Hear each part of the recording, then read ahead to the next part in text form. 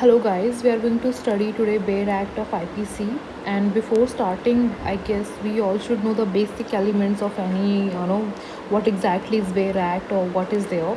So let's start with this Bail Act here. So what exactly a Bail Act would be? अच्छा, मैं जो language use करूँगी वो Hindi English sort of bilingual होगा, तो आपके लिए दोनों ईजी रहेगा एक्सप्लेन करने के लिए. सो हेयर या सो बेर एक्ट के बारे में हम पढ़ें अगर. सो बेर एक्ट बेसिकली आपको क्या होता है कि देखिए हमारा पार्लियामेंट है, हमें पता है कि जो हमारी वो लेजिस्लेचर एक बॉडी है पार्लियामेंट, ठीक है.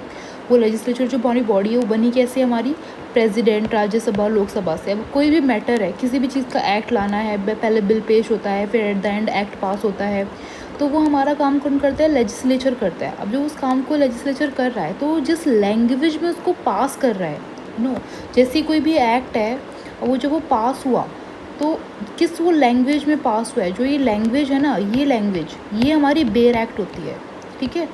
तो बिल्कुल ही सॉर्ट ऑफ रॉ, तो जो रॉ होती है that sort of language is your बेर एक्ट. तो हम वो चीज़ पढ़ते हैं. अभी हम इसको पढ़ते क्यों हैं, क्योंकि अगर हमें किसी भी एक्ट पे अपनी कमांड बढ़ानी है, अपना उसको समझना है अच्छे से, कोई एक सेक्शन हर उसकी एक चीज़ समझनी है, तो उसके लिए सबसे बेटर है कि हम बेर एक्ट को रेफ़र करें कि ये वो पार्लियामेंट ने कैसे पास किया था, तब हम उसको फिर एज़ पर लॉ उसको हम इंटरप्रेट करेंगे, ठीक है, और अपने अंडरस्टैंडिंग के अकॉर्डिंग. तो it's always recommendable to go through bare act, like whatever is there, whatever act you are reading, so आपको उसके अकॉर्डिंग जाना चाहिए, ठीक है. That is all about bare act. Okay, हमारी मैडम जी कह रही हैं कि स्टिक टू द स्क्रिप्ट. हाँ जी, हम आपकी सुन रहे हैं. हम नेक्स्ट स्लाइड पे जाते हैं.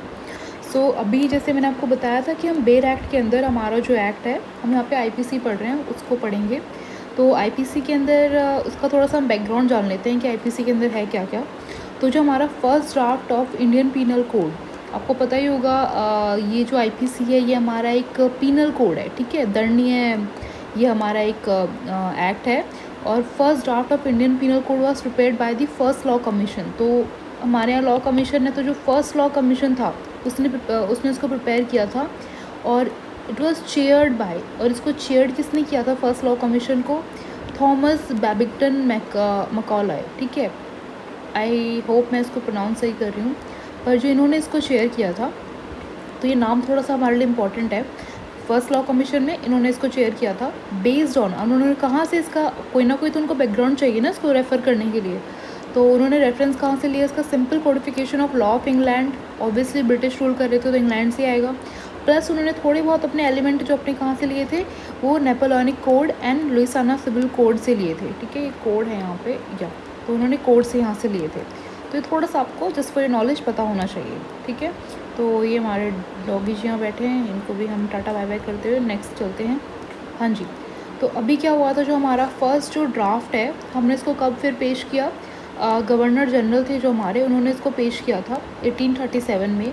और उसके बाद क्या हुआ, 1837 में हुआ, फिर 47 आया, फिर 57 आया, फिर रिवॉल्ट हो गया, तो ये आगे मतलब बढ़ नहीं पाया. फिर फाइनली जाके 1 जनवरी 1860 को आपका आ गया, इनैक्ट हो गया, ठीक है. उसके बाद थोड़ा सा अब हमने इसका बैकग्राउंड पढ़ लिया बेर एक्ट का, आईपीसी के. अब हम पढ़ते हैं basically what exactly is IPC के अंदर है क्या, इसका बेसिक जो ढांचा क्या है.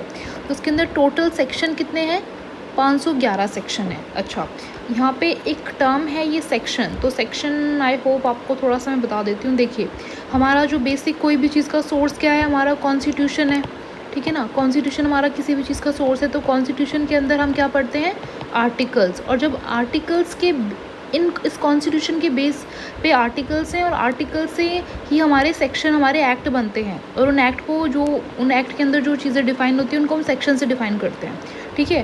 तो कॉन्स्टिट्यूशन, आर्टिकल और section, this how the series goes. तो इसके अंदर 511 सेक्शन है. आईपीसी के अंदर कितने सेक्शन हैं आपके, 511 सेक्शन है, और 23 चैप्टर हैं. टोटल चैप्टर कितने हैं, 23. एक और चीज़ हमें ध्यान रखने वाली है यहाँ पे हमारे, इसको मैं थोड़ा मिटा देती हूँ, जो मैंने गंदगी फैला दी है यहाँ पे. हाँ, तो अभी हमारे पास क्या है कि ये जो हमारा जो आईपीसी है, पहले हमें पता था कि जो हमारा पहले हमारे जेएनके में 370 लग रहा था, तो 370 आर्टिकल की वजह से वहाँ पे एक स्पेशल उसको एक स्टेटस मिला हुआ था जम्मू कश्मीर को। और वहाँ पे अगर कोई भी आपराधिक मामला होता है तो उस हर पनिशेबल ऑफेंस के लिए आरपीसी चलता था। आरपीसी जो रणबीर पीनल कोड वहाँ के राजा थे, तो उनका ये उनके एक आरपीसी एक्ट चलता था, उसके अकॉर्डिंग वहाँ पे उसका कार्रवाई होती थी। बट और क्योंकि 370 एक्टिव था, अब 370 को इन्होंने हटा दिया है, बीजेपी गवर्नमेंट ने, करंट गवर्नमेंट ने इसको हटा दिया। 5 अगस्त 2019 को उन्होंने हटा दिया, विड्रॉ कर लिया 370 को, ठीक है। अब उसके बाद क्या हो, JNK बन गई हमारी यूटी। अब यूटी बन गई तो उसके अंदर सिंपल हमारा IPC लगेगा। और अभी जो हमारी एक और लद्दाख भी हुई है इसके साथ, तो लद्दाख और JNK हमारे यूटी में आ गई, 2 यूटी बन गई। और ये कब से बनी है, 31 अक्टूबर से बनी है, जो कि हमारे फर्स्ट होम मिनिस्टर, उनकी बर्थ एनिवर्सरी थी। फर्स्ट होम मिनिस्टर कौन थे, हमारे गृह मंत्री सरदार वल्लभ भाई पटेल जी, ठीक है। तो ये हमारे जो लौह पुरुष थे, हमारे आयरन मैन, तो उनके बर्थ डेट पे हमने इनको 31 अक्टूबर पे हमारा 2 यूटी को हमने डिक्लेयर किया था। 370 वहाँ से हट चुका है, तो वहाँ पे बेसिकली अब आरपीसी लगेगा। ये क्लियर है आपको। ये एक बेसिक चेंज है जो भी बेयर एक्ट में, इस वाले बेयर एक्ट में भी मुझे नहीं दिखा कि जहाँ पे वो मेंशन हो, तो मैंने आपको अभी बता दिया कि अब हम आगे इसको पढ़ेंगे तो उसका commencement also goes to its also extend to Jammu and Kashmir, ठीक है। तो वहाँ पे भी अब IPC के अकॉर्डिंग कार्रवाई होगी, ओके। नेक्स्ट चलते हैं हम। हाँ, अभी ये हमारा, इसको थोड़ी देर आप अवॉइड कीजिए, हम अब बेयर एक्ट पर आ जाते हैं सीधा। हाँ, आई होप ये आपको विजिबल हो। तो ये हमारा बेयर एक्ट है, यहाँ पे इसके अंदर ये सारे सेक्शंस हैं, अरेंजमेंट ऑफ सेक्शंस हैं, ये सब आपको क्लियर है कि प्रेम्बल है तो उसका ये इंडेक्स है, सेक्शंस हैं। ये मैं आपको आगे मूव करे जा रही हूँ क्योंकि मुझे लगता है हम आगे इसको पढ़ते जाएंगे तो क्लियर होता चला जाएगा। तो आप इसको खुद भी रेफ़र कर सकते हैं, बेसिक इंडेक्स है, इसमें कुछ इतना एक्स्ट्रा नहीं है। हम चलते हैं अभी, क्योंकि जब मैं इसको आगे बढ़ाऊँगी तो सारा आपको क्लियर होता जाएगा, तो आपको कोई भी प्रॉब्लम इसके अंदर नहीं आएगी, ठीक है। और ये इंटरेस्टिंग भी लगेगा। अगर मैं इसको अभी ऐसे रीडिंग करूँगी तो शायद आपको बोर लगे, तो इसलिए मैं इसको अवॉइड कर रही हूँ। हाँ जी, तो ये हमारा फर्स्ट पेज आ गया है, ठीक है। देखिए, मैं इसको एक एक वर्ड एक्सप्लेन करना चाहती हूँ बेयर एक्ट का। रीज़न क्या है ना कि जब मैंने बेयर एक्ट पढ़ना शुरू किया था तो मैंने बहुत प्रॉब्लम फेस की थी, क्योंकि मुझे समझ ही नहीं आ रहा था कि ये बोल क्या रहा है। तो इसीलिए मैं चाहती हूँ कि मेरे इस चैनल के अंदर आपको सब कुछ एक एक वर्ड क्लियर हो बेयर एक्ट का, और आप उसको पढ़ना जानें, ठीक है, कि कैसे बेसिक छोटी छोटी चीज़ें होती हैं जो हमें नहीं मिलती हैं, समझ नहीं आती हैं कई बार। तो यहाँ पे हम इसको पढ़ते हैं। सबसे पहले the Indian penal code, okay. Indian penal code हम पढ़ रहे हैं, और एक्ट नंबर 45 ऑफ 1860, इसको आप समझ लेना, ये एक्ट नंबर 45 है जो पास हुआ था पार्लियामेंट के अंदर 1860 में, ठीक है। ये क्लियर है आपको, और ये डेट है यहाँ पे।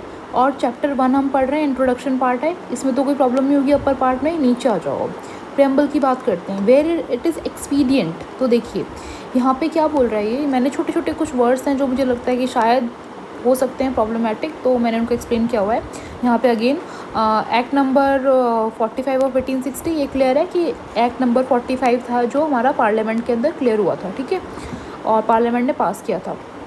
और हाँ, एक और चीज़ आपको बता दूँ, जैसे ये नंबर्स मेंशन हैं, देखिए आपको ये दिख रहा होगा, यहाँ पे 1 मेंशन है, यहाँ पे मेरे को एक सेकेंड इसको एक्टिवेट करना पड़ेगा। हाँ, तो ये 1 मेंशन है यहाँ पे, और आपको 2 भी दिख जाएगा, और कहीं ये रहा 2, ऐसे करके एक 3 है यहाँ पे, 3 ये रहा, ठीक है। तो छोटे छोटे जो नंबर मेंशन है फुट नोट्स हैं, तो इनका जो रेफरेंस है वो नीचे दिया होता है, ठीक है। तो यहाँ पे मैं आपको जैसे अगर फर्स्ट एक्सप्लेन करूँ तो फर्स्ट में इसने बोला है फर्स्ट, फिर हम यहाँ पे जाएंगे फर्स्ट में, तो यहाँ पे लिखा है the Indian penal code has been extended to Berar by the Barrel Laws of Act Barrel Laws Act 1941, comma 4 of 1941 bracket closed, sorry it's bracket, basically मैंने उसको कॉमा बोल दिया, माफ़ करना। तो ब्रैकेट आपका क्लोज हो गया, and has been declared in force in. तो अब यहाँ पे देखो सौंथल पैरागन, तो ये हमारे उड़ीसा में है, ठीक है। और ये हमारा बेसिकली यहाँ पे हैदराबाद में, तो वहाँ पे भी एक्सटेंड हो गया है ये जो अमेंडमेंट जिन जिन एक्ट से रेगुलेशन से इन जगह पे एक्सटेंड हो गया है अभी। तो ये सौंथल है, ये पांथ है, ये खोंडमल डिस्ट्रिक्ट है, ये अंगुल डिस्ट्रिक्ट है, और ये उड़ीसा में जो इन सब जगह पे एक्सटेंड हो गया। तो बेसिकली ये आपका फर्स्ट पॉइंट यहाँ पे बता रहा है, ठीक है, कि यहाँ पे जगह पे एक्सटेंड हो चुका है, यानी यहाँ पे भी अब IPC लगेगा। तो जब ये एक्ट हुआ होगा पहले, जो भी एक्ट मतलब एक्ट आपका कमेंस हुआ होगा, तो तब उस टाइम पे एक्टिव नहीं था, इन जगहों को हमने छोड़ा हुआ था, बट फिर बाद में ये सारे लॉज आए, ये सारे रेगुलेशन आए, और यहाँ पे भी एक्सटेंड हो चुका है, ठीक है, ये क्लियर है। Okay, now let's go to this first वाला पॉइंट। आपको क्लियर है? और ये फुट नोट से हम इसको रेफर कर सकते हैं। तो जो ये 1 2 3 छोटे छोटे नंबर हैं, ये फुट नोट्स में रेफर करेंगे तो यहाँ पे इनका क्लियर है। ओके, तो इसी तरह थोड़ा सा मैं फुट नोट और एक्सप्लेन कर देती हूँ। जैसे हमारे पास है यहाँ पे स्केड्यूल है, अगर ये SCH आप देखेंगे, मेरे को ढूंढना है यहाँ पे, हाँ। तो जैसे हमारे पास यहाँ पे आपको दिख जाएगा कि basically, give me a second, I need to figure, या हियर इट इज़, ये स्केड्यूल है ना, तो इसका मतलब है यहाँ पे स्केड्यूल, ठीक है। AOA का मतलब है, जैसे AOA आपको दिख रहा होगा ये रहा, तो AOA का मतलब है adaptation of laws and order, कि कब उन्होंने इसको अडॉप्टेशन किया था लॉ एंड ऑर्डर को, ठीक है। इसका मतलब है सब्स्टिट्यूटेड, रेपल्स का मतलब रेपल्ड यानी हटा दिया, ठीक है। सब्स्टिट्यूट मतलब कि उसको ऐड किया गया है, और ये आपका है इंसर्टेड, इसको भी ऐड किया गया है एक तरह से। तो उसके बाद आपका clause is your class clause, and then WEF is your with effect from. ये बेसिक छोटी छोटी टर्म है जो मुझे लगता है कि शायद एक्सप्लेन होनी चाहिए बेयर एक्ट में, ताकि आपको प्रॉब्लम ना आए बेयर एक्ट पढ़ते हुए, ठीक है। तो ये एक तरह से आपका स्ट्रॉन्ग कमांड बनाता है आपका बेयर एक्ट पे, अगर आपको छोटी छोटी टर्म पता हो। Okay, let's come back to your bare act again. So यहाँ पे हम क्या बोल रहे हैं, इसको मैं थोड़ा सा छोटा कर देती हूँ और यहाँ पे इसको कर देती हूँ। हाँ, इसको एक सेकेंड में मिटाना पड़ेगा, सॉरी। हाँ, अब हम आ जाते हैं दोबारा से इसके ऊपर। तो यहाँ पे अभी क्या बोल रहा है हमारे पास कि, हाँ जी, तो प्रेम्बल, तो प्रेम्बल में बेसिकली ये बोल रहा है अभी आपके पास कि माफ़ कीजिएगा, ये क्या हो रहा है, ठीक है, इट्स नॉट सेट, थोड़ा सा पढ़ाते वक्त इस टाइम में ये हो जाता है। तो अभी देखिए आप यहाँ पे अगर आप देखेंगे तो प्रेम्बल से हम स्टार्ट करते हैं। Where it is expedient to provide a general penal code. Okay, तो वेयर प्रेम्बल पता होता है आपको किसी भी चीज़ के अंदर कि वो क्या है, तो बेसिकली डेट इज़ बेसिकली एक सॉर्ट ऑफ इंट्रोडक्शन होता है। जैसे हमारे कॉन्स्टिट्यूशन का भी प्रेम्बल है, जो कि हमारा कॉन्स्टिट्यूशन का पार्ट माना गया, आपको पता होगा उसके बारे में ना। तो इसी तरह ये भी हमारा वही होता है। हाँ, ठीक है। तो अब हमारा प्रेम्बल है, तो प्रेम्बल में अभी क्या बोल रहे हैं हमको, where it is expedient. Expedient का मतलब क्या होता है, बेसिकली एक्सपीडियंट का मतलब होता है जो ऑफिशियली हमारा कन्वीनियंट हो, to provide a general penal code for India, it is enacted as follows. तो इसको प्रेम्बल में इस तरह बता रहा है कि इस तरह से इसको डिज़ाइन किया गया है कि ये हमारे लिए ऑफिशियली कन्वीनियंट है, ठीक है। ऑफिशियली, क्योंकि एक ऑफिशियल कोड है ये, तो इस तरह से ऑफिशियली कन्वीनियंट होना चाहिए। देन अब इसके अंदर हमारे फर्स्ट पॉइंट क्या है, title and extent of operation of code. This title and extent of operation of the code, this act shall be called the Indian penal code and shall extend to whole of India. ये हम काट देंगे क्योंकि अभी हमारा हो गया है JJNK के पे ना, तो ये हमारा हो गया है, तो उसको आप अवॉइड करना please. This act shall be called Indian penal code, हम इसको बोलेंगे, ठीक है। टाइटल इसका इंडियन पीनल कोड है, and extend to whole of India now, तो यहाँ पे हो जाएगा। Second, punishment of offences committed within India. और ये हमारा बेसिकली जो ये एक्ट क्या बोलता है, हाँ, कि पनिशमेंट ऑफ ऑफेंसेस, कि हमने किस लिए, आपने कोई भी गुनाह किया है तो उसकी punishment committed within India, Bharat के अंदर। Every person shall be liable to punishment under this code and not otherwise for every act or omission contrary to the provision thereof or which he shall be guilty within. Okay, so हर वो बंदा, every person shall be liable to punishment under this code होगा, और not otherwise, और किसी तरह से नहीं, for every act, जो भी उसने किया होगा, contrary to the provision thereof, जो भी प्रोविजन मतलब कि जो भी उसने एक्ट किया होगा उसके अकॉर्डिंग, वो उसका क्या नेचर है, अगर वो क्रिमिनल है तो यहाँ पे वो ट्रायल होगा, of which he shall be guilty with in India, और वो उसके लिए वो इंडिया में गिल्टी होगा, ठीक है। ये हमारा बोल रहा है punishment of offences committed within India. Now third goes as punishment of offences committed beyond but which by law may be tried within India. तो सेकेंड में बोल रहा था विद इन इंडिया, ध्यान रखना, ठीक है। अब थर्ड में क्या बोल रहा है ये सेक्शन थर्ड में, punishment of offences committed beyond but which by law may be tried within India. Any person liable by any Indian law to be tried for an offence committed beyond India shall be dealt with according to the provision of this code for act committed beyond in the same manner as such has been committed in India. अच्छा, अब देखिए कि any person liable by Indian law to be tried for an offence shall be commit. तो any person जो कि liable होगा Indian law, by any Indian law, जो भी, अगर कोई इंसान है और वो सपोज़ कीजिए, इसको आपको थोड़ा सा ग्रेस बताती हूँ कि सपोज़ हमारे पास कि एक बंदा है, अब उसने कोई भी वो गया मान लीजिए यूएस से गया वो, ठीक है ना, यूएस से जाके उसने कोई कांड कर दिया, वहाँ पे उसने कोई मर्डर कर दिया, कुछ भी कर दिया, पर वो है तो इंडियन सिटीजन ना, तो उसको आईपीसी के अंतर्गत हम उसको ट्रायल में ले सकते हैं। That is what it's saying, ठीक है। Now let's come to the fourth one. So यहाँ पे क्या बोल रहा है, extension of court to extra territorial offences. हाँ, तो एक्स्ट्रा टेरिटोरियल, ठीक है, एक्स्ट्रा टेरिटोरियल, देखिए इंडिया की एक टेरिटरी डिफाइंड है पूरे वर्ल्ड मैप पे, ठीक है, तो जो अगर पर एक्स्ट्रा टेरिटोरियल अगर कहीं और भी हो रहा है तो उसके लिए ये बताएगा अब इसके अंदर, the provision of this code apply also to offences committed by. अब ये अगर भारत के बाहर भी कहीं भी कोई ऑफेंस हो रहा है इंडियन सिटीजन के द्वारा, तो उस पर कैसे होगा ये बता रहा है, ठीक है।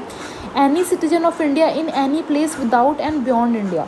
अब कोई बंदा है तो वो इंडिया के सिटीजन ऑफ इंडिया है वो, ठीक है ना, इन एनी प्लेस, कहीं भी हो वो, विदाउट एंड बियॉन्ड इंडिया, चाहे वो इंडिया में हो चाहे बाहर हो, बट वो सिटीजन ऑफ इंडिया है तो उस पर होगा ये, ठीक है।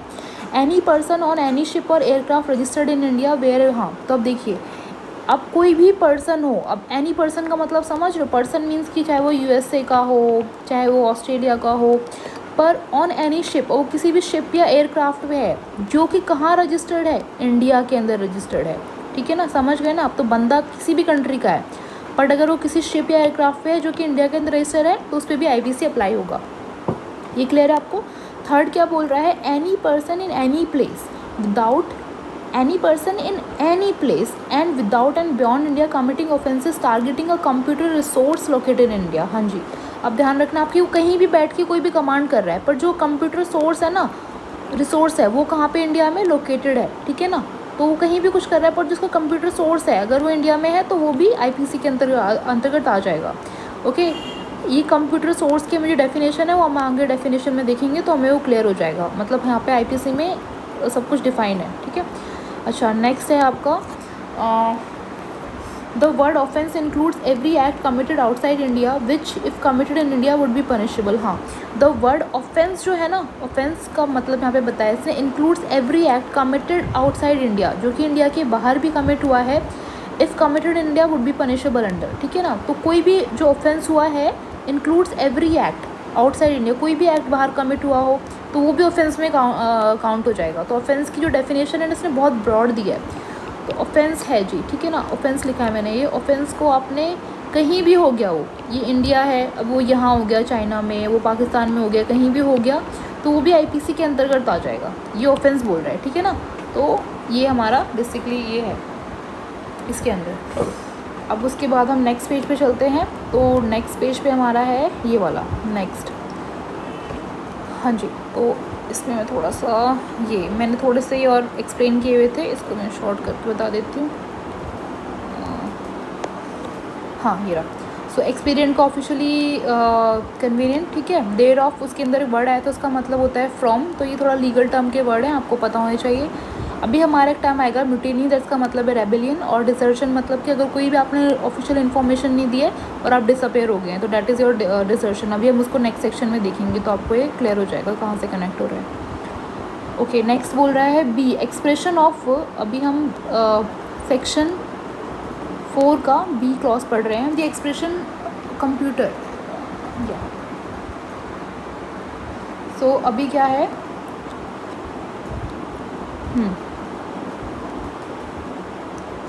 दी वर्ड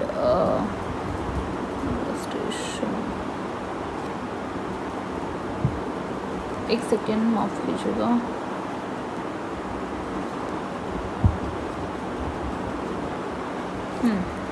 तो यहाँ पे देखिए दी एक्सप्रेशन कंप्यूटर सोर्स,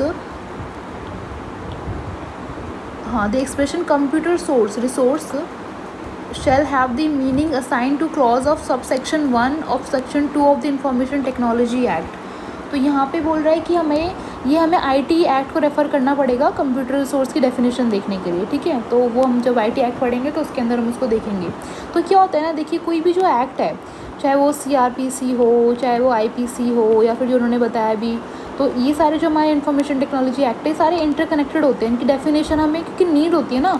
आईपीसी खाली आपका ऑफेंसेस बताएगा, पर उसमें बहुत सारे ऑफेंसेस में बहुत सारी टेक्निकल टर्म्स होंगी, बहुत सारी प्रोसीजरल टर्म्स होंगी जो कि आपको एक दूसरे में रेफ़र करनी पड़ेंगी, तो सारे एक्ट एक दूसरे से इंटरकनेक्टेड होते हैं, ठीक है। Now let's come to this one, illustration. हाँ, तो देखिए इलस्ट्रेशन भी इन्होंने इंसर्ट किया है यहाँ पे। आप दोबारा से आपको बताया, तो जो फुट नोट्स का आप रेफ़र करेंगे कि सब्स्टिट्यूटेड, यहाँ पे देखिए substituted by the act 36 of 1937, ये आपको पढ़ना आ गया होगा अभी तक। सब्स्टिट्यूटेड बाय एक्ट 36 ऑफ 1937, यानी कि 36 पास हुआ था 1957 के अंदर, वहाँ पे section 3 and schedule 2 for illustration, ठीक है, इलस्ट्रेशन उन्होंने ऐड किया था, तो यहाँ पे आपका इलस्ट्रेशन यहाँ से ऐड है। सो देखिए क्या होता है ना, कोई भी अमेंडमेंट हो रही है, कोई भी चेंज हो रहा है किसी भी एक्ट के अंदर, तो इवन पॉइंट टू पॉइंट कोई भी वर्ड हटा रहे हैं, जोड़ रहे हैं, तो उसका हर चीज़ मेंशन होती है, ठीक है, गैजेट ऑफ इंडिया के अंदर। तो उसका फुटप्रिंट में सारा आपको डिस्कशन, पूरा डिस्क्रिप्शन दिया होता है। Okay, let's come back to the point यहाँ पे। तो यहाँ पे आपका uh who is citizen of India commits a murder in Uganda. अब देखिए क्या बढ़िया एग्जांपल दिया इसने कि युगांडा में क्या हुआ है, एक बंदा है, ठीक है, इंडिया का, उसने जाके वहाँ पे कोई मर्डर कर दिया है। He can be tried and convicted of murder in any place in India which he may be found. हाँ, अब वो क्या हुआ, मर्डर करके वो इंडिया आ गया है, अब वो जहाँ पे फाउंड होगा ना वहीं से उसको उठा लेंगे और उस पर IPC से चार्ज उसको उस पर ट्रायल चल जाएगा, ठीक है, ये आपको ध्यान रखना है। और देखो बाहर मर्डर करके आए बट फिर भी IPC उस पर लागू होगा, ठीक है। Next come as your 5th। So यहाँ पे क्या बोल रहा है, certain laws not to be affected by this act, nothing. हाँ, कुछ लॉज हैं जो कि इससे अफेक्ट नहीं होंगे IPC से, ठीक है, तो उनको पढ़ लेते हैं, हम देखते हैं क्या है। Nothing in this act shall effect the provision of any act for punishing mutiny और and desertion of officer, soldier, sailor or airman in the service of the government of India or the provisions of any special or local laws। हाँ, इसको आप ही ध्यान रखना है कि देखिए हमें पता है तो कि भाई जो हमारी सोल्जर्स होते हैं, हमारे एयरमैन होते हैं, हमारे सेलर्स होते हैं, उनके खुद के स्पेशल लॉज होते हैं, ठीक है, तो उनके अकॉर्डिंग वो ट्रायल होते हैं, कोई भी वहाँ पे चीज़ें उनके अकॉर्डिंग चलती हैं, तो उसका IPC से कोई मतलब नहीं है। IPC उसमें वो लोग उसके IPC के अंदर एग्जम्पशन है। हाँ, ओके, तो इस तरह हमारा चैप्टर 1 फिनिश हो गया। Let's come to the chapter 2। तो यहाँ पे क्या बोल रहा है, जनरल एक्सप्लेनेशन। चैप्टर 2 अब हम आ गए हैं जनरल एक्सप्लेनेशन। अच्छा, एक और चीज़, हम इस वीडियो के अंदर आपके पढ़ेंगे सेक्शन 1 से लेके अराउंड 32 और 33 तक, ठीक है, तो मैं आपको देख लूँगी 32 और 33 वहाँ तक पढ़ेंगे, फिर हम नेक्स्ट वीडियो में ऐड करेंगे। और प्लीज़ आप मुझे कमेंट सेक्शन में बताना कि कहीं कोई प्रॉब्लम रह रही हो तो हम उस पर काम करेंगे। I would love to have your response. Okay, now let's come back to chapter 2, general explanations. Section 2 क्या बोल रहा है, सेक्शन 6 क्या बोल रहा है यहाँ पे, definition in the code to be understood subject to exceptions. Okay, definition हमें समझनी है, अंडरस्टूड सब्जेक्ट हमें एक्सेप्शंस को ध्यान रखते हुए, ठीक है। Through out this code every definition of an offence, through out this code every definition, कोई भी जो भी डेफिनेशन आएगी किसी भी ऑफेंस की, every panel provision and every illustration of every such definition and panel provision shall be understood subject to the exception। हमने सारी डेफिनेशन, सारे प्रोविजन, सारे इलस्ट्रेशन को हमने समझना है, पर हमने एक्सेप्शन को भी ध्यान रखना है, ठीक है, जो कि हमारी कहाँ पे है, चैप्टर जनरल एक्सेप्शंस के अंदर है, ठीक है, जो हमारा नेक्स्ट चैप्टर आएगा उसके अंदर हमारा जनरल एक्सेप्शंस है। जनरल एक्सेप्शंस का होता है 76 से लेके 106, ये हमारे सेक्शन है जनरल एक्सेप्शंस के, जो हमें पढ़ने हैं कि कहाँ कहाँ पे IPC के अंदर एक्सेप्शंस दी हुई हैं, उसकी क्या क्या रीज़न है, वो सब हमें समझना होगा। तो हमें सारी डेफिनेशंस पढ़नी है, सारे प्रोविजंस पढ़ने हैं, सारी इलस्ट्रेशन पढ़नी है, पर एक्सेप्शंस को ध्यान रखना है, ये हमारा सेक्शन 6 बोल रहा है, ठीक है।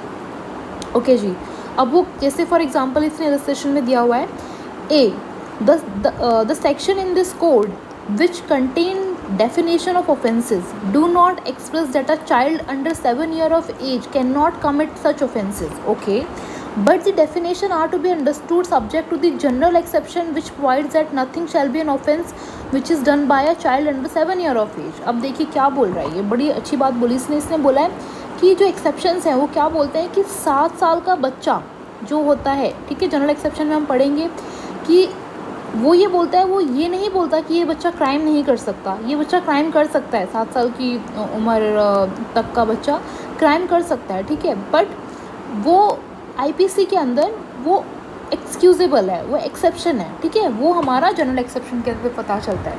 ये हमारा ये समझा रहा है इलस्ट्रेशन, ठीक है। आई होप आपको क्लियर है। सेकेंड बी इलस्ट्रेशन क्या बोल रहा है, अ police officer without warrant apprehends Z who has committed murder. Here A is not guilty of offence of wrongful confinement, for he was found by law to apprehend Z, and thereof the case falls within the general exception which provides that nothing is an offence which is done by a person who is bound by law to do it. हाँ जी, अब देखिए क्या कड़क example दिया इसने. Okay, क्या उसने बोला है कि एक ऑफिसर है, पुलिस ऑफिसर है, ठीक है ना, तो उसको पता है जेड ने मर्डर किया है, पर उसके पास वारंट नहीं है, पर फिर भी वो उसको ले आया उठा के, इसको रॉन्गफुल उसने उसको कन्फाइन कर लिया, उठा के उसको ले आया. ठीक है, रॉन्गफुल कन्फाइनमेंट हमारा एक प्रॉपर सेक्शन है इसके अंदर, आगे हम पढ़ेंगे. तो आप इतना समझिए, बस ये इसको उठा के ले आया पर वारंट नहीं था. ठीक है, पर क्योंकि इसने मर्डर किया, ये पुलिस ऑफिसर है, ये पब्लिक सर्वेंट है, और ये यहाँ पे एक एक्यूज है मर्डर का, तो इसकी ड्यूटी बनती है इसको लाना और उसको मतलब कन्फाइन करना, ट्रायल चलाना, चार्जशीट सबमिट करना, जो भी पूरा प्रोसेस होता है. तो उसके लिए फर्स्ट इसको अरेस्ट करना पड़ेगा, पर अरेस्ट वारंट नहीं है, और बिना अरेस्ट वारंट के अगर इसने अरेस्ट कर लिया है, ठीक है, हालांकि इसका राइट है खुद का, इसको अरेस्ट वारंट के बिना नहीं ये जा सकता, बट कोई नहीं, अगर ये यहाँ पे इसको ले भी आया है और कल को इसके ऊपर इंक्वायरी बैठती है, तो he should not be punished. ठीक है, पनिश नहीं होगा, ये जनरल एक्सेप्शन के अंदर आ जाएगा. Okay, police officer. ओके, क्योंकि लॉ के द्वारा, यहाँ पे लाइन देखिए क्या बोली, which is done by a person who is bound by law to do it, और वो किसके, who is done by a person जो कि लॉ से बाउंड है उसको करने के लिए. अपने वो तो अपनी ड्यूटी कर रहा है ना, तो अपना पर्सनल एजेंडा तो कोई ले नहीं रहा है, वो अपनी पर्सनल वो ड्यूटी कर रहा है, तो that's what it is. Okay, now एक सेकेंड मैं इसको थोड़ा सा क्लीन कर देती हूँ, ताकि आपको मैं जब आगे एक्सप्लेन करूँ तो आपको ये सब क्लियर हो जाए. ठीक है, हाँ, तो अब हम नेक्स्ट पे जाएंगे. तो नेक्स्ट पे क्या है आपका कि यस, तो अभी हमारे पास क्या आ गया है, सेक्शन 7 की हम बात कर रहे हैं. ठीक है ना, तो सेक्शन 7 के अंदर है sense of expression once explained.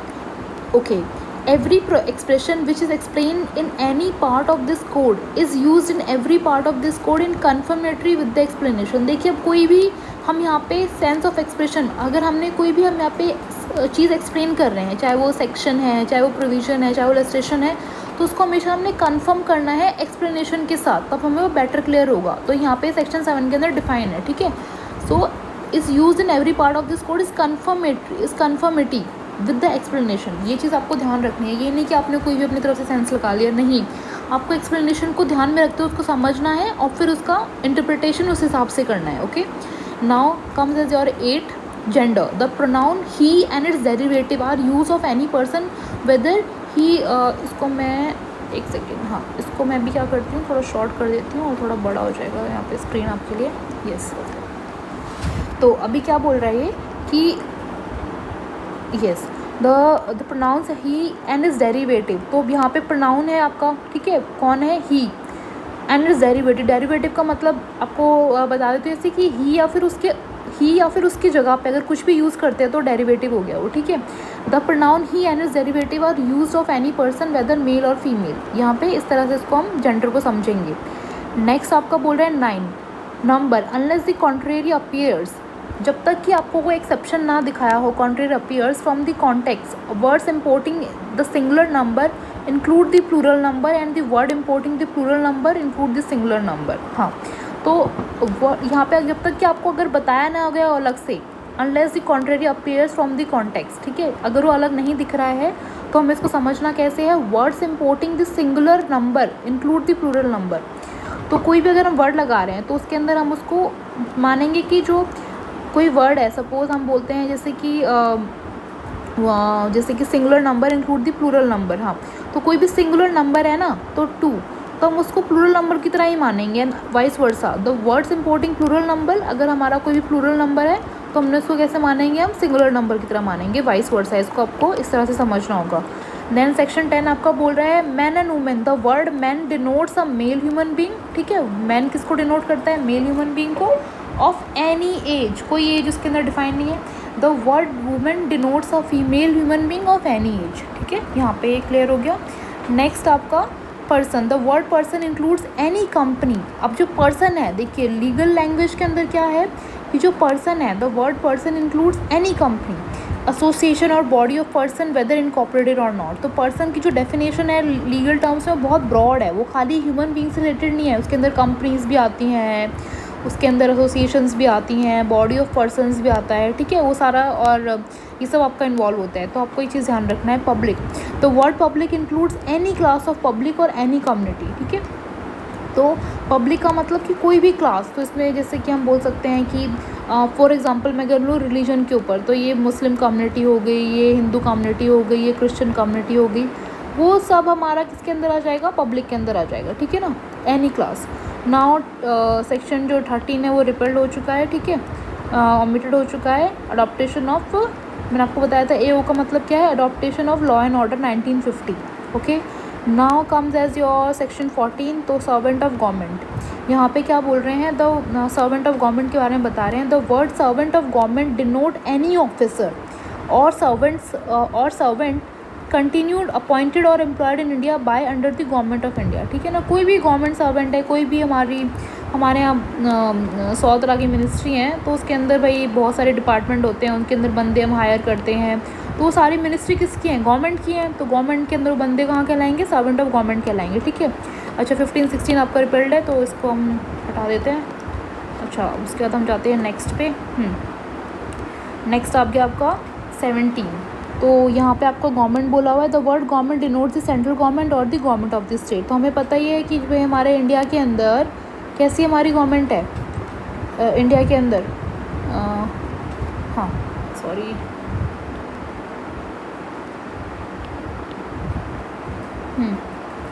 तो इंडिया के अंदर हमारी जो गवर्नमेंट है वो कैसी है, फेडरल है। फेडरल मतलब कि वो डुअल स्ट्रक्चर में काम करती है ना, स्टेट लेवल पे और सेंट्रल लेवल पे, ठीक है। तो उसका बारे में बताया गया आपको 17 के अंदर। देन आपका आता है 18, तो 18 के अंदर क्या दिया हुआ है, इंडिया।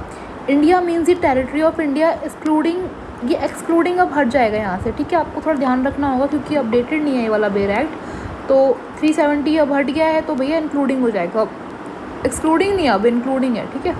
उसके बाद तो इंडिया का हमारा टेरिटरी में JNK भी इन्वॉल्व है। नाउ जज, द वर्ड जज denotes not only every person who is officially designated as a जज but also every person who is empowered by law, ठीक है। तो जज की जो डेफिनेशन है वो IPC के अंदर बहुत ब्रॉड है, खाली वही नहीं कि जो जज की पावर में काम कर रहा है, जज हमारा कोई भी जो कि एम्पावर्ड बाय लॉ है to give in any legal proceeding, और सिविल और क्रिमिनल हो सकती है, और डेफिनेटिव जजमेंट हो सकता है, judgment which if not appealed against would be definitive, और judgment which if confirmed by some other authority would be definitive, ठीक है। तो जिसको लॉ ने भाई एम्पावर किया है ना, वो क्या हो जाएगा, आपका जज कहलाएगा। जिसने लॉ ने उसको पावर दे रखी है जज करने की, तो ही इज़ अथोराइज एज जज। तो यहाँ पर डेफिनेशन काफ़ी ब्रॉड है। Which who is one of a body और persons, which body of a person is empowered by law to give such a judgment. So यहाँ पे आपका बॉडी, या फिर ऐसा भी हो सकता है कि एक बंदा अपॉइंट किया, या फिर पर्सन्स अपॉइंट कर दिए हैं, या फिर बॉडी ऑफ पर्सन्स अपॉइंट कर दिए हैं, और लॉ ने उनको एम्पावर्ड किया हुआ है जजमेंट देने के लिए, क्या देने के लिए, जजमेंट देने के लिए, ठीक है। तो ये हमारा जज की डेफिनेशन होगी। अब इलस्ट्रेशन के अंदर थोड़ा सा स्कोर समझ लेते हैं। यहाँ पे ए क्या बोल रहा है कि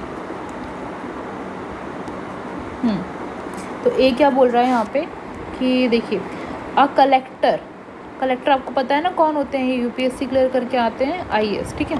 तो अ collector exercising jurisdiction in a suit under act 10 of 1859। अब कोई कलेक्टर है, वो अपना जुरिसडिक्शन अब एक्सरसाइज कर रहा है इस वाले एक्ट के अंदर, ठीक है, एक्ट 10 ऑफ 1859, तो वो भी जज हो जाएगा यहाँ पे। A magistrate exercising jurisdiction in respect of a charge on which he has power to sentence to fine और इम्प्रिजमेंट विद और विदाउट अपेयर एज अ जज। हाँ, तो अभी क्या होता है कि मजिस्ट्रेट के पास लिमिटेड पावर होती है, बट कई बार ऐसा होता है कि सिचुएशन ऐसी आ गई कि सपोज जजेस कम हैं, या फिर कोई सिचुएशन ऐसी रेयर बन गई जहाँ पे उसको लॉ एम्पावर कर रहा है वो काम करने के लिए, तो वो भी जज कहलाएगा यहाँ पे। Then a member of panchayat which has power under regulation 7th of 1816 of Madras code to try and determine suits as a जज। यहाँ पे भी बताएंगे पंचायत का मेंबर भी हमारा एक जज कहलाएगा, ठीक है, जो कि इन एक्ट्स के अकॉर्डिंग अपना पावर एक्सरसाइज कर रहा है। Then a magistrate exercising jurisdiction in respect of a charge on which he has power only to commit for a trial to another court is not a जज। तो यहाँ पे देखना है कि उसकी अगर पावर लिमिटेड है ना, तो यहाँ पे वो जज नहीं कहलाएगा। तो यहाँ पे कौन जज है और कौन नहीं है, ये भी इन्होंने एक्सप्लेन किया हुआ है। ओके, नेक्स्ट आ जाते हैं सेक्शन 20 पे। Court of justice, The words code of justice denote a judge who is empowered by law to act judicially alone or as a body of judge which is empowered by law to act judicially as a body when such body or body of judge is acting judicially. हाँ, यहाँ पे क्या बोल रहा है देखिए, court of justice के अंदर क्या होता है ना कि उसके अंदर एक जज भी हो सकता है, उसके अंदर क्या हो सकता है कि बॉडी ऑफ जजेस भी हो सकती है which is empowered by law. बस आपको ये चीज़ एक अपने क्या बोलते हैं एकदम ध्यान रखना है और अपने पल्ले में गांठ बांध लेनी है कि एम्पावर्ड बाय लॉ होना चाहिए. ठीक है, सबसे पहला आपका पॉइंट है. पावर अगर लॉ से उसकी ड्राइव होनी चाहिए. ठीक है, ये नहीं कि भाई मेरा मन हो गया तो मैं बन गई, नहीं, पावर आपकी लॉ से ड्राइव होनी चाहिए to act judicially as a body when such जज और बॉडी ऑफ जजेस एज इज एक्टिंग जुडिशली. ठीक है, तो वो अपना एक्ट कर रहे हैं. That's would be your court of justice. Illustration हम देख लेते हैं, जैसे कि पंचायत भी हमारी जो है रेगुलेशन 7, 18, 16 के अंदर जो हमने ऊपर ही पढ़ा था यहाँ पे अभी, तो यहाँ पे हाँ यहाँ पे पढ़ा था हमने. तो पंचायत भी किस तरह से एक्ट कर रही है, ये भी हमारी पंचायत है ना वो, पर वो एक्ट कैसे कर रही है अभी यहाँ पे as a court of justice act कर रही है वो. ठीक है ना, तो ये भी हमारा कहलाएगा. नाउ आ जाते हैं हम आपके पब्लिक सर्वेंट पे. हाँ जी, तो पब्लिक सर्वेंट के अंदर क्या बोल रहा है, the word public servant denotes a person falling under any of the description hereinafter following namely. तो पब्लिक सर्वेंट हमारा किस उसकी डेफिनेशन क्या क्या है. ठीक है, वो हमें देखना है. ये हमारा यहाँ से हट चुका है. फर्स्ट सेकंड की बात करते हैं. Every commissioned officer in the military. हाँ, कोई भी कमीशन्ड ऑफिसर है वो मिलिट्री, नेवल, एयर फोर्सेज में, तो वो आपका कहलाएगा. ठीक है, उसके बाद 9 थर्ड बोल रही हूँ मैं, थर्ड. एवरी जज including any person empowered by law, okay, to discharge whether by himself और as a member of any body of person and any adjudicatory functions. किसी भी जज करने के फंक्शन में अगर वो जहाँ पे आपका निर्णय निकाल रहा है, ठीक है, तो वो भी आपका क्या कहलाएगा, पब्लिक सर्वेंट कहलाएगा. Fourth, every officer of a court of justice. कोई भी कोर्ट ऑफ जस्टिस का ऑफिसर इंक्लूडिंग अ लिक्विडेटर हो सकता है, जो कि कंपनी जो हम क्लोज करते हैं तो लिक्विडेटर आता है.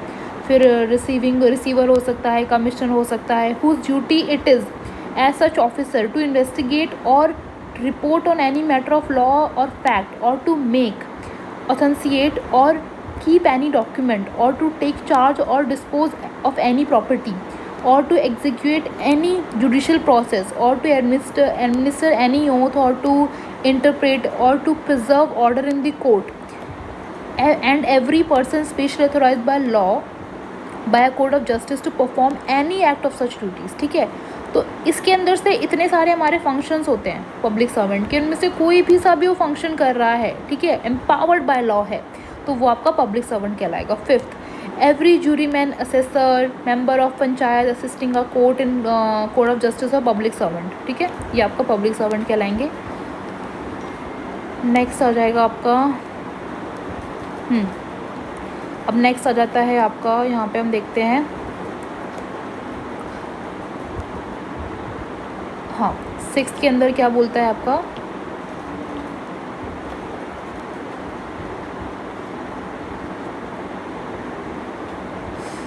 सो 6 के अंदर क्या बोल रहा है आपका, ये थोड़ा सा हमको क्लियर विजिबल क्यों नहीं हो रहा है. हाँ, सो एवरी आर्बिट्रेटर और other person to whom any cause. Arbitrator आपको पता है क्या होता है, वो होता है ना कि जो मैटर कोर्ट के बाहर सॉल्व कर लेते हैं विदाउट प्रोसीडिंग. तो आर्बिट्रेटर की भी स्पेशल अपॉइंटमेंट्स होती हैं, हर कोई आर्बिट्रेटर नहीं बन सकता, पर वो भी हमारे पब्लिक सर्वेंट में ही काउंट होते हैं. ठीक है, एवरी आर्बिट्रेटर और other person to whom any cause और matter has been referred for decision और report by court of justice और by any other competent public authority. हाँ, कोर्ट ऑफ जस्टिस भी हो सकता है और कोई भी कॉम्पिटेंट पब्लिक अथॉरिटी जो कि एम्पावर्ड बाय लॉ हो, तो वो भी उसको मैटर पास कर रही है आर्बिट्रेटर को, तो वो भी पब्लिक सर्वेंट के रूप में ही काम कर रहा है. ठीक है. 7th, every person who holds any office by virtue of which he is empowered to place or keep any person in confinement. ठीक है, every person who holds any office, कोई ऑफिस होल्ड करता है, by virtue he is empowered, और उसके अंदर उसके पास power है टू प्लेस और keep any person in confinement. ठीक है, तो क्या होता है देखिए, कई बार ऐसा भी होता है ना कि सपोज़ अब मान लीजिए फॉर एग्जांपल मैं बता देती हूँ आपको कि एक पुलिस स्टेशन है, तो पुलिस स्टेशन के अंदर ही आपको कन्फाइन कर सकते हैं. अगर आपने कोई ऑफेंस किया है, आपको एक्यूज हो आप, तो वहीं पे आपका ट्रायल करने से पहले आपको वहाँ पे रखेंगे. बट सपोज़ यहाँ पे मिस हैपनिंग कोई हो गई, वो या फिर कोई कोरोना इफेक्ट, जैसे आजकल हम काउंट कर रहे हैं, देख रहे हैं आजकल की कोरोना इफेक्ट चल रहा है, तो अगर वो जगह हमने अभी सील है, नहीं कर सकते, तो कोई और जगह हमने टेम्प्रेरी ऑक्यूपाई कर लिया, तो वहाँ पे हम उसको रख रहे हैं, तो रख तो रहे हैं पब्लिक सर्वेंट ही ना, पब्लिक सर्वेंट उसको रख रहे हैं, और एम्पावर्ड बाय लॉ है, लॉ उसको एम्पावर्ड कर रहा है, तो वो जगह भी आपकी अलाउड होगी, ठीक है ना, ये बोल रहा है। Then 8th, every officer of the government whose duty it is as search officer to prevent offences, ठीक है, कोई भी गवर्नमेंट ऑफिसर है, उसकी जो ड्यूटी है to prevent offences, to give information of offences, to bring offenders to justice, okay, और to protect the public health, safety और कन्वीनियंस। कोई भी पब्लिक ऑफिसर है तो वो क्या कर रहा है कि अब वो अपनी कोई भी मतलब कि अपनी पावर को एक्सरसाइज कर रहा है ऑफेंसेस को, ताकि कोई भी क्राइम ना हो, ऑफेंडर को जस्टिस वगैरह उनको, मतलब अगर किसी ने कोई हरकत की है तो उसको कोर्ट में ले जाएगा पब्लिक सेफ्टी के लिए, तो वो भी अपना पब्लिक सर्वेंट कहलाएगा, ठीक है। एवरी ऑफिसर, बस उसकी ड्यूटी होनी चाहिए, ठीक है। Now next is your every officer whose duty it is as such officer, उसकी ड्यूटी है सच ऑफिसर टू टेक, रखने के लिए, रिसीव, कीप और expend any property on behalf of the government, और वो किसके बिहाफ पे काम कर रहा है, गवर्नमेंट के बिहाफ पे काम कर रहा है, ठीक है ना। और to make any survey, assessment और contract on behalf of the government, और to execute any revenue process, और टू इन्वेस्टिगेट, और टू रिपोर्ट, और any matter affecting the pecuniary, pecuniary का मतलब क्या होता है, जो पैसा से रिलेटेड मैटर होते हैं ना, उसको पैक्यूनरी बोलते हैं, ठीक है। Interest of the government, to make authenticate और keep any document related to the pecuniary interest of the government, or to prevent the infraction of any law, for the protection of the pecuniary interest of the government। कोई भी इनमें से वो काम कर रहा है और एम्पावर्ड बाय लॉ है और गवर्नमेंट के बिहाफ पे काम कर रहा है, तो आपका पब्लिक सर्वेंट है, ठीक है। 10th, every officer whose duty it is as such officer to take, receive, expend or expend any property, to make any survey, assessment, or to levy any rate or tax of for any secular common purpose of the village, town or district, or to make associate or any document for the ascertaining of the rights or the people of any village, town or district, ठीक है। तो यहाँ पे अगर वो कोई भी आपका इनमें से कोई भी काम कर रहा है तो वो भी आपका कौन है, पब्लिक ऑफिसर। आपको देखिए मुद्दे की बात है, आपको ध्यान रखना है कि वो एम्पावर बाय लॉ हो, ठीक है, वो कोई भी जो काम कर रहा हो वो गवर्नमेंट के बिहाफ पे कर रहा हो, उसका कोई भी पर्सनल एजेंडा नहीं होना चाहिए, ठीक है ना, ये चीज़ आपको ध्यान रखनी है। 11th, every person who holds any office in virtue of which he is empowered to prepare, publish or maintain or revise an electoral roll or to conduct election part। हमारे इलेक्शन होते हैं तो बहुत सारे वहाँ पे काम होते हैं ना आपको, पब्लिक को, सर्वेंट को, तो पब्लिश, मेंटेन और रिवाइज एन इलेक्ट्रॉन रोल, तो वो भी जो काम कर रहे हैं सारे पब्लिक सर्वेंट है, ठीक है। देन 12th हो गया आपका every person A in the service or pay of the government or remunerated by fees or commission for the performance of any public duty by the government। तो जो कि अपनी सर्विस में है और पे ऑफ द गवर्नमेंट के अंदर है, अपनी फ़ीस ले रहा है उस काम को करने के लिए। कई बार क्या होता है ना कि गवर्नमेंट टेम्प्रेरी भी रख लेती है खाली उस पर्टिकुलर काम के लिए, तो वो भी आपका पब्लिक सर्वेंट में काउंट होगा, ठीक है। देन इन द सर्विस और pay of a local authority और कॉर्पोरेशन इस्टेब्लिश बाय और अंडर अ सेंट्रल प्रोविजनल भी हो सकता है, और state act of government company as defined in section 617 of the companies act. तो अब क्या हुआ है कि ना कई बार आप देखेंगे ये थोड़ा कंपनीज एक्ट के अंदर आ गया, तो उसके अंदर ऑटोनॉमस बॉडीज़ भी होती हैं बट वो एम्पावर हैं गवर्नमेंट से, तो फिर वो भी आपको गवर्नमेंट ऑफिसर के अंदर आएगा, ठीक है। इलस्ट्रेशन की बात कर लेते हैं यहाँ पे, थोड़ा सा और क्लियर हो जाएगा। देखिए ये ना आपका जो स्टार्टिंग में है ये सारा ना आपका अभी डेफिनेशंस हैं सारी की सारी, ठीक है। तो ये मैंने कहीं भी यूट्यूब वीडियोस में देखा है कि वो लोग इसको डिफ़ाइन नहीं करते हैं, इसको ऐसे ही छोड़ देते हैं, बट मुझे लगा कि नहीं, इन सबको डिफ़ाइन होना चाहिए। कई बार ना ये थोड़ा है तो बोरिंग, तो थोड़ा सा आपको इसको बेयर करना पड़ेगा समझते वक्त, बट ये है आपकी बेसिक अंडरस्टैंडिंग के लिए। कोई भी चीज़ आप समझना चाहते हो, अगर आपका बेस अच्छा नहीं है तो आप कभी भी उसको समझ नहीं पाओगे, ठीक है। तो इसीलिए ये वीडियो है, तो थोड़ा सा अगर आपको बोर लग रहा हो तो प्लीज़ बेयर, बिकॉज़ ये इसी तरह से चल पाएगा। और सब इसको स्किप कर देते हैं, सब मेन इंटरेस्टिंग पार्ट पढ़ा के चले जाएंगे, बट अगर आपका बेस क्लियर नहीं है तो फिर मुझे लगता है कि कोई फ़ायदा नहीं है पढ़ाई का। Okay, next come as your uh municipal, हम इलस्ट्रेशन पढ़ रहे थे पब्लिक सर्वेंट की। A municipal commissioner is a public servant. जो म्यूनसिपल कमिश्नर है वो कौन है, पब्लिक सर्वेंट है। Explanation 1 person following under any of the about description are public servant whether appointed by government और नॉट, ठीक है। अब इतनी जितनी भी हमने ऊपर सारी डेफिनेशन की है ना, ये सारी की सारी ये क्या है आपकी, सारी आपके पब्लिक सर्वेंट ही हैं, ठीक है। चाहे उनको गवर्नमेंट अपॉइंट करे या ना करे, वो सारे पब्लिक सर्वेंट ही है, क्यों, एम्पावर्ड बाय लॉ है। तो फर्स्ट इंग्रेडिएंट क्या है, एम्पावर्ड बाय लॉ, ये तो बिल्कुल ही मस्ट है, ठीक है, ये आपका ध्यान रखना है. Second, whoever the words public servant occur they shall be understood of every person.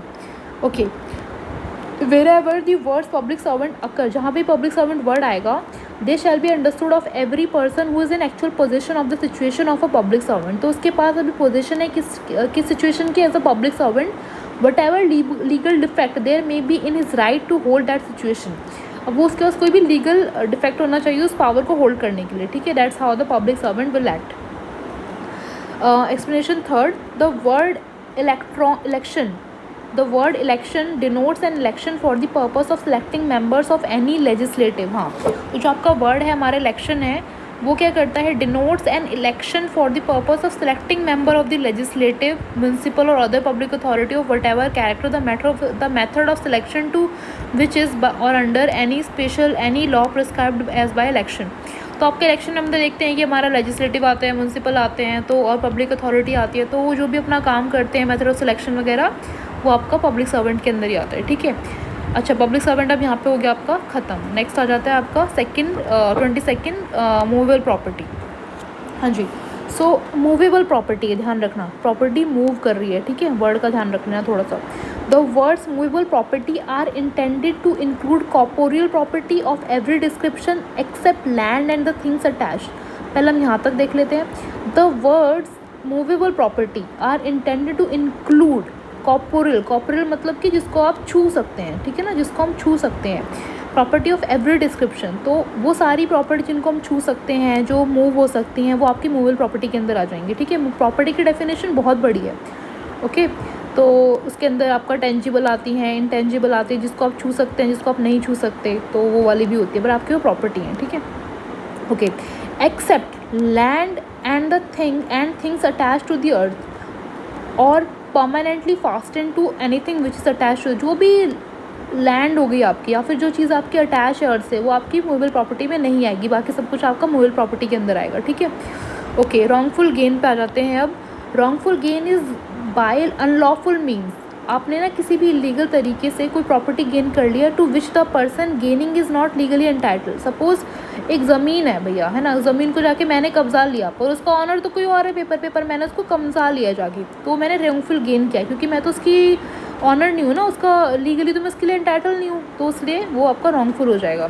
Then wrongful loss हो जाता है. Wrongful loss is a loss by unlawful means of property to which the person losing is legally entitle. अब क्या हुआ कि मैंने घड़ी चुराई थी, ठीक है ना, अब घड़ी मैंने चुराई भैया, तो मेरी घड़ी फिर दोबारा चोरी हो गई, तो मेरी तो थी नहीं वो, तो मेरा रॉन्गफुल लॉस है, बट वो मैं उसकी ऑनर ही नहीं थी, तो मेरा रॉन्गफुल लॉस है, ठीक है. नेक्स्ट पे आ जाते हैं. हाँ जी, तो यहाँ पे आपका आ गया. फर्स्ट इज़ गेनिंग wrongfully और losing wrongfully. A person is said to gain wrongfully when such person retain wrongfully as well as when such person acquires wrongfully. अब देखिए किसी बंदे ने कोई भी जो आपकी किसी बंदे ने आपकी कोई भी चीज़ wrongfully गेन कर ली है. wrongfully मैंने किसी की घड़ी चुरा ली है, तो wrongfully गेन हुआ मेरा, है ना, और अगर मैंने उसको खो दिया है तो फिर वो मेरा wrongfully लॉस भी हो गया. A person is said to to lose wrongfully when such person is wrongfully kept out of any property as well as when such one is wrongfully deprived of the property. अब क्या होता है ना, देखिए कि एक यहाँ पे एक और चीज़ भी है wrongfully loss का ना, थोड़ा सा एक ये है कि सपोज़ कीजिए कि मेरा घर है ना, तो मैंने उसको wrongfully entitled मतलब मैंने उसको wrongfully खो दिया है, किसी और ने उस पर कब्जा कर लिया, तो मेरा तो wrongfully लॉस हो गया ना वो, तो वो भी आपका wrongfully लॉस की डेफिनेशन में आएगा, ठीक है.